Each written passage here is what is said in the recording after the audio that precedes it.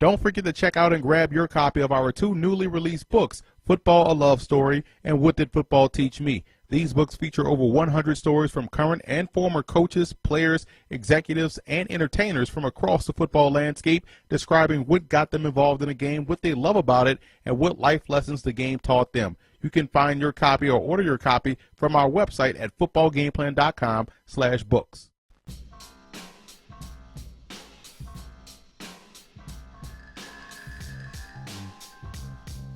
And let's get things kicked off by taking a look at some of the keys to victory for both teams in this ball game. For Pittsburgh, it's about playing the run on the way to the quarterback. I do not trust the Redskins' running game, and until they prove that they can run the football with some level of consistency, you can be extra aggressive in trying to get after Kirk Cousins back there in the pocket. It's also going to be important that the Steelers force the Redskins to make plays in space defensively on a consistent basis. That's one thing I like about the Steelers offense. They don't mind throwing the short pass and letting those receivers take advantage of their ability to make one miss and get up the field. So you want to force these guys to make consistent plays in space on the defensive side of football. And linebacker play will be huge in this ball game, not only in trying to stop the run and putting pressure on Kirk Cousins, but also in the intermediate passing game.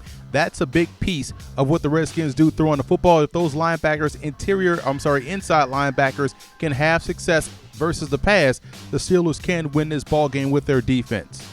Moving over to the Redskins in this ball game, ball security number one is going to be huge. They have to avoid those costly mistakes as far as fumbles, drop passes, interceptions, protect the football. If they can do that, it gives them a fighting chance. And also, you don't want to give Ben Roethlisberger second chances to make plays. If you have a chance to get him down on the ground in the pocket, do so. If you allow him to break contain, get outside, and extend the play, and it becomes backyard football, that's a loss for the Redskins. And I also believe third downs are critical on both sides of the ball. When you don't have the ability to run the football with some semblance of consistency, how are you able to stay on the field? So teams will look at stopping the run, making you one-dimensional. So if you're the Redskins, staying on the field on third downs offensively and getting off the field, again, that ties right into number two. Don't give Big Ben second chances. Will help these guys out in the long run. This week versus the Washington Redskins, I believe the Pittsburgh Steelers can take advantage of a new free safety. Not new in the sense that he's a rookie, but new he's a rookie at the position. D'Angelo Hall, the longtime cornerback for the Washington Redskins, Atlanta Falcons, and also Oakland Raiders. But he's now moving to free safety. And I think with a little bit of influence, the Pittsburgh Steelers can generate a big play in the passing game. Here's what we're talking about with this particular play. I love the pistol formation because Ben Roethlisberger turning his back to the defense. He's Boomer Esiason-like with the play fake. So he really influences your defense to bite on those fakes. So that's why I like him out the pistol formation. So what you also want to do, we're going to fake the bubble screen, try to get an aggressive, newly appointed free safety to jump this route. Why? Because we have something coming right behind him. It's about throwing with the defense ain't, as coaches like to say. It's chess, not checker. So what we're doing here, we're going to have protection block back. We're going to fake the handoff here, show bubble screen, and what we're doing with the receiver, he's faking blocking and going down the rail. Receiver is going to work up, go down the sideline. Now, what we're trying to do is get D'Angelo Hall to guess. He's going to see this bubble screen.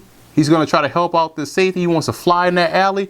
And right behind him, boom, split route as we like to call it. And this could be your built-in hot read where Ben Roethlisberger can either do what we call a show fake, where he turns around halfway and then fires the football right here backside as this guy's going to come. This guy's going to show flow with the play fake. He turns right around, hits a running receiver on a quick slant, and he's off to the races. Or if he goes through the full fake, give these guys time to get away, have everyone flow toward this bubble screen.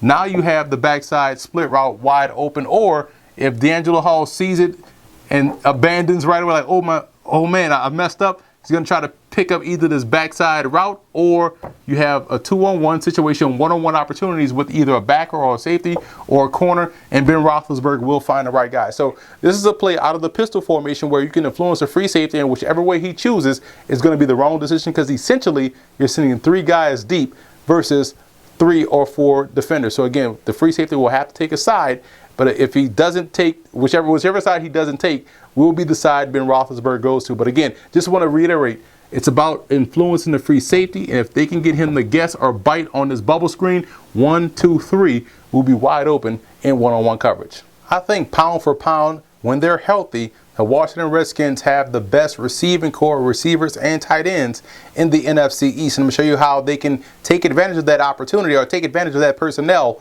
versus the Pittsburgh Steelers in what I like to call a blue zone special. We're going to try to get Deshaun Jackson on a corner route in the end zone. When we're talking about blue zone, we're talking about 30-yard line going in. Red zone is 20 yards going in, and you can even call the green zone from the 10-yard line going in. So from the blue zone going in, Deshaun Jackson, who we have here, trying to get him on a corner route. I'm going to show you how we can do that. Again, out of the bunch formation, a cluster right here. What we're going to do, we're going to have straight drop back principles for Kirk Cousins. So it's a straight drop back, lock back on the backside with the tight end. He doesn't go out on this play.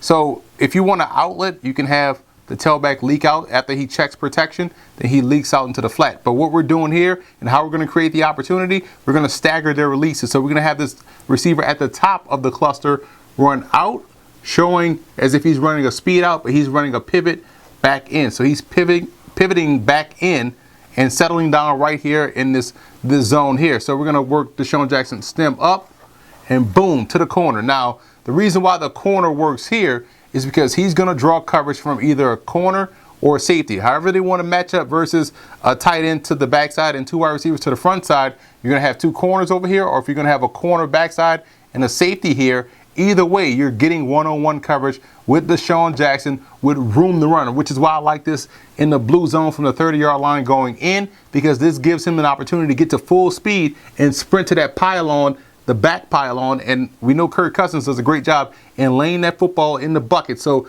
this is one opportunity. Again, if worst case scenario, you have an outlet with your tailback that check protection first, then without in the flat. But this is an opportunity for the Redskins to get Deshaun Jackson one-on-one coverage going away from flow and trying to drop the ball in the bucket in the end zone, which could lead to 7.